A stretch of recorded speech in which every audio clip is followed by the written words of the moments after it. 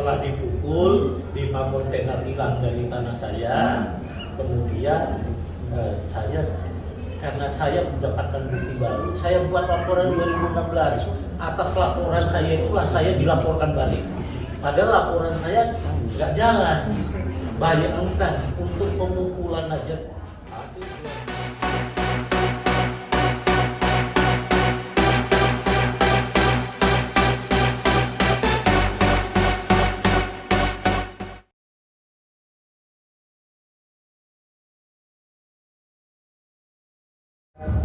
Assalamualaikum warahmatullahi wabarakatuh. Alhamdulillah, pemirsa dan rakyat yang cinta keadilan. Hari ini 15 Maret 2023. Hari ini adalah hari yang bersejarah. Bersejarah bagi semua penuntut keadilan atas kezaliman terhadap Bapak Budiarjo, dan tentu bersejarah bagi Bapak Budiarjo dan istri. Hari ini beliau telah keluar dari penjara yang tidak pantas sebenarnya mereka berdua ini, Pak Budiarjo dan istri, berada di situ.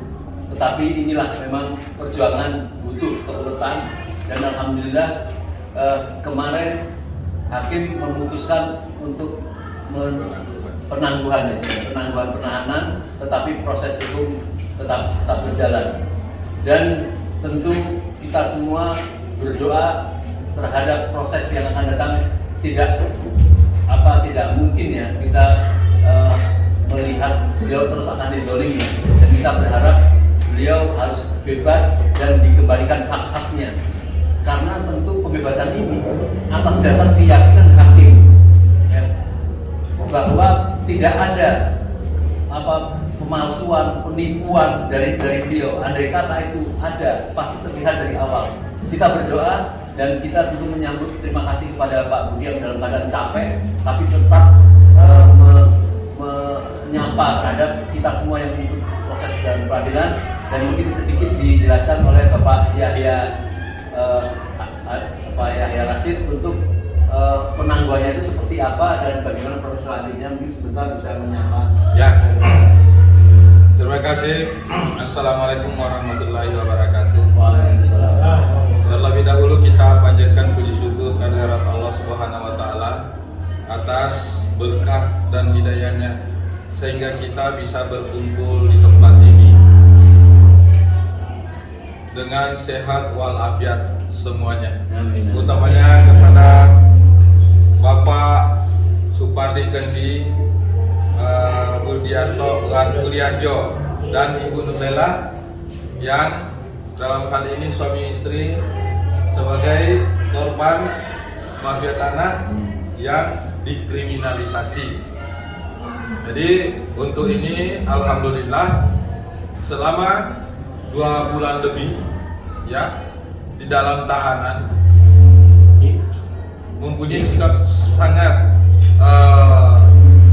betul-betul tidak ada beban, karena merasa bahwa apa yang dialaminya adalah suatu kezaliman, suatu kriminalisasi. Tidak ada jalan sebenarnya kalau kita melihat pasal yang disangkakan 263 dan 266 itu sama sekali tidak ada dasarnya untuk Pak Budiarjo dan Ibu Nurlela suami istri untuk dijadikan tersangka, ditetapkan tersangka, apalagi penahanan. Yang aneh ini sebenarnya biasanya kalau polisi menahan, jaksa juga menahan dan pengadilan juga menahan.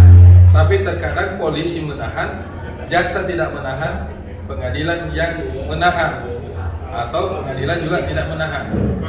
Nah, dalam hal ini terbalik, justru polisi tidak melakukan penahanan, malah jaksa penuntut umum melakukan penahanan.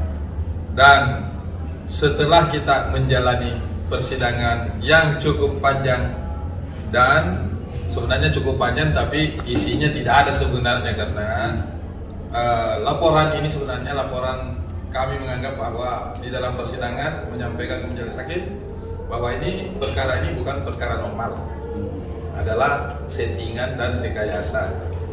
dalam rangka merampas hak atau tanah Pak Budiarjo sebagai ketua korban mafia tanah seluruh Indonesia.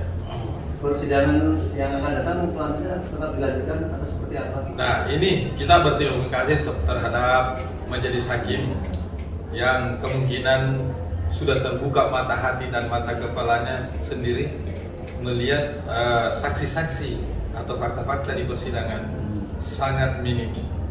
Hampir sebenarnya tidak ada bukti-bukti yang menunjang dan kesaksian yang menunjang terhadap laporan saudara Letnan Jenderal Nono Purnawirawan Nono Sampono, Senator DPD RI. Nah, yang seharusnya hadir di dalam persidangan ya untuk membuktikan apa yang dilaporkan yang sebenarnya. Jadi kami berterima kasih kepada majelis hakim. Memang saya tadinya juga sangat menyesalkan kepada majelis, tapi kita juga maklumi bahwa seorang hakim itu tidak boleh langsung mengambil putusan yang gegabah, ya. Kita maklumi. Tapi alhamdulillah dibukalah mata hati dan mata kepalanya melihat sendiri. Baik, terima kasih. Saya kepengen mungkin ada satu dua kata yang ingin disampaikan kepada para pendukung, para wartawan, para pengacara yang telah terlibat ini. Mungkin ada satu dua kata yang ingin disampaikan dan hikmah di dalam ini. Ada. Terima kasih Pak Alim atas kesempatan. Assalamualaikum warahmatullahi wabarakatuh. Waalaikumsalam. Saya dan istri mewakili mengucapkan terima kasih atas podcast ini yang diundang kemarin Alim, Bang Yahya, tim. Pada kesempatan ini saya sampaikan kepada seluruh rakyat Indonesia, khususnya korban mafia tanah di seluruh Indonesia, bahwa kita harus semangat ya, siapkan data karena mobilnya FKMTI ya. Saya sebagai ketua FKMTI mengingatkan kepada seluruh korban mafia tanah di Indonesia, siapkan data Anda secara detail karena moto kita adalah adu data atas dasar hak kepemilikan awal. Jadi kenapa begitu? Nanti apapun yang didalilkan oknum-oknum yang nakal ya, saya katakan oknum nakal baik dari penegak hukum maupun dari yang lain, kita bisa buktikan by data. Nah, itu yang saya perlu sampaikan kepada seluruh rakyat Indonesia, khususnya teman-teman korban mafia tanah. Karena perlu saya ingatkan ke Pak Jokowi bahwa saya sudah korban, sekarang diperlakukan jadi tersangka. Dikorbankan lagi. Ya. Nah, jauh hari sebelumnya 2018 saya sudah sampaikan itu. Nah, hari ini terbukti omongan kita. Bahkan sebelum saya jadi tersangka, saya sudah sampaikan di Menko Polhukam proses bagaimana menyelesaikan konflik pertanahan secara holistik. Nah, kenapa begitu saya katakan? Terbukti dengan terjadinya masalah perampasan tanah dan kriminalisasi terhadap korban tanah itu ternyata eskalasinya naik. Nah, padahal kalau kita pikirkan bahwa Pak Jokowi itu sudah berulang kali menyatakan berantas mafia tanah, gembuk mafia tanah beserta BPK. Faktanya kan tidak.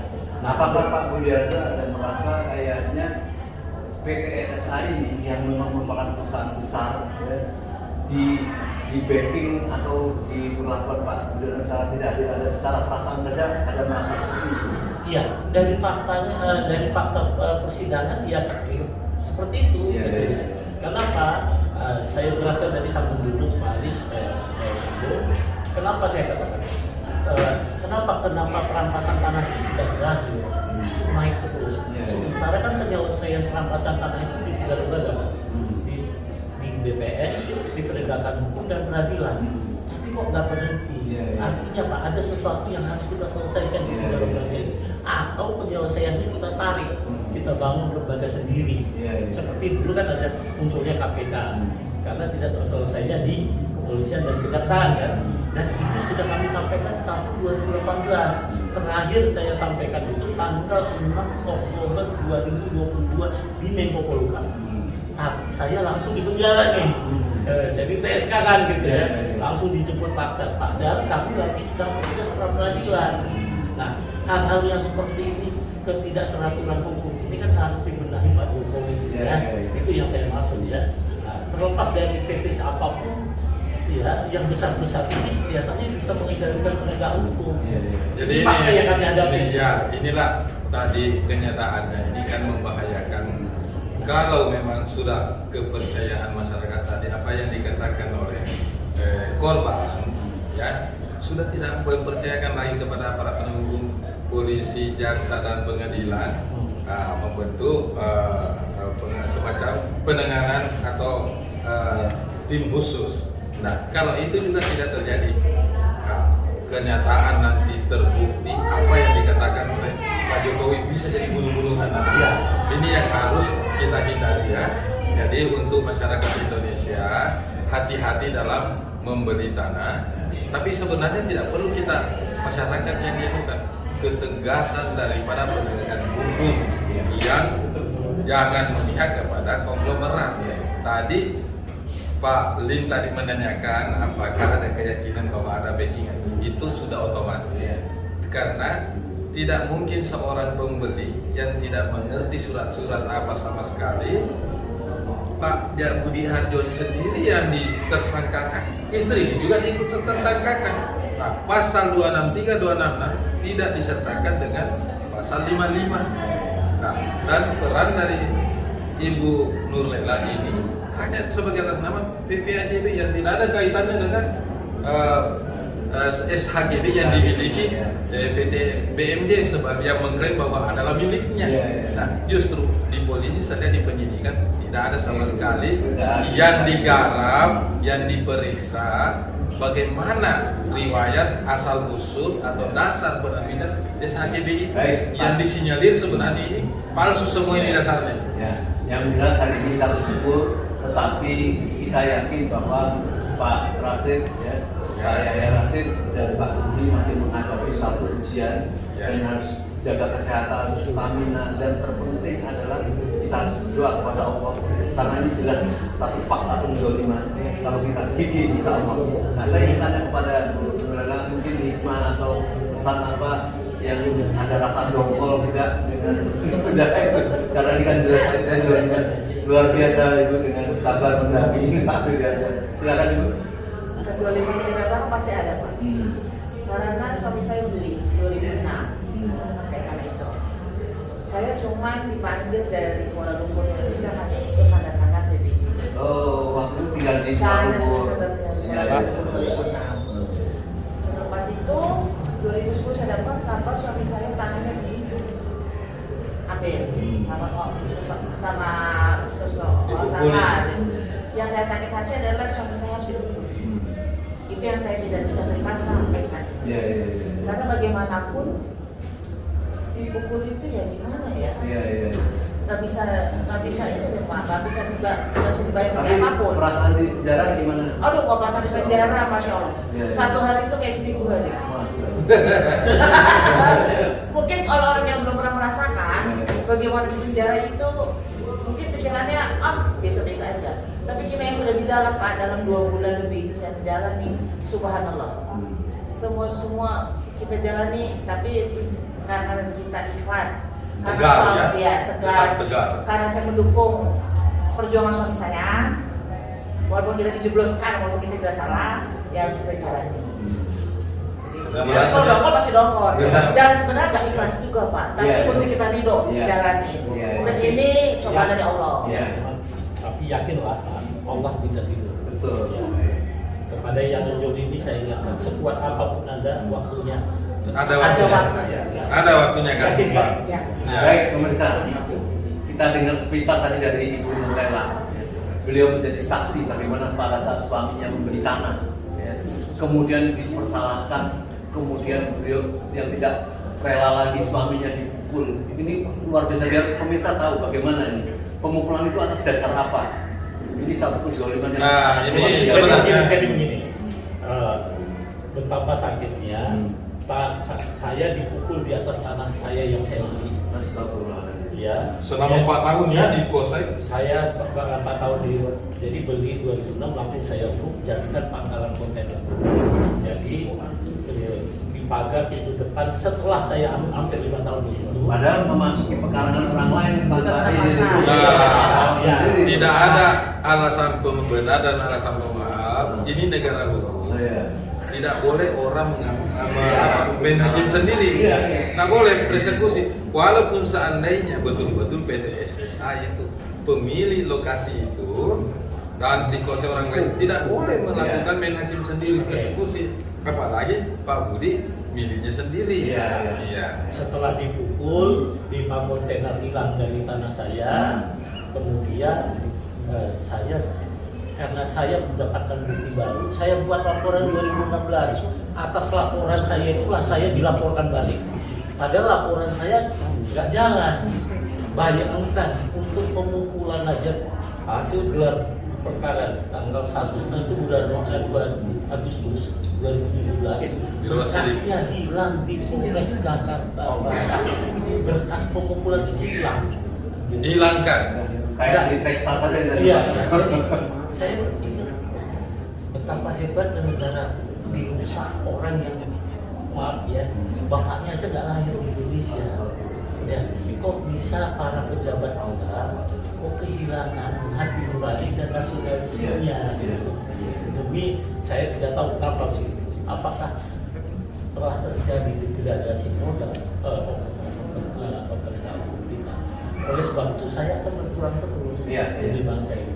Ya. Baik, sebelum diakhiri ini satu dua kata dari Pak Khalid tentang apa Ya, itu saya sebenarnya untuk menyelesaikan perkara Pak Budi ini kuncinya kan ini yang dilaporkan oleh Pak Letnan Jenderal Purnawirawan TNI Nono Sampono, sekarang Senator Dewan Perwakilan Daerah.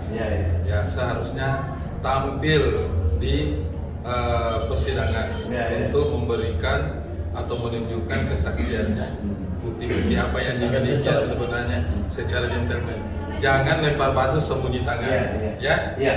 Itulah yang saya harapkan supaya janganlah menggunakan kekuasaan, janganlah menggunakan uang, semuanya bisa dibeli, aparat bisa dibeli, tapi tidak semua aparat hakim, jaksa masih banyak juga yang baik-baik, ya. Mudah-mudahan Allah mempertemukan semuanya, tapi hati-hati saja masyarakat yang tidak punya uang, yang tidak punya daya, ya harus berdoa dan berusaha mendoakan Pak Budi sebagai Ketua NKMTI Forum Korban Mafia Tanah memperjuangkan hak-hak orang lain, dan semoga diberikan hidayah kepada majelis hakim yang menangani, membebaskan secara murni. Baik Pak Yaya dan Pak Budiarto dan Ibu, kita berdoa semoga kekuasaan Allah turun melalui mulut hakim itu. Hakim dia tentu juga berpikir untuk menzalimi orang. Kita berdoa itu saja dan menghadapi persoalan ini adalah merupakan pahala karena akan memberikan dampak yang baik untuk ke depan. Ini hanya bisa dilawan dengan doa. Iya. Baik, terima kasih pemirsa. Kita terus berbahagia dan terutama semua wartawan, para rakyat yang selama ini mengikuti ini. Kita semua berdoa bukan hanya kasus Pak Budi saja ini, supaya kasus-kasus penzaliman yang berikutnya akan tidak terjadi lagi. Baik, assalamualaikum warahmatullahi wabarakatuh. Waalaikumsalam.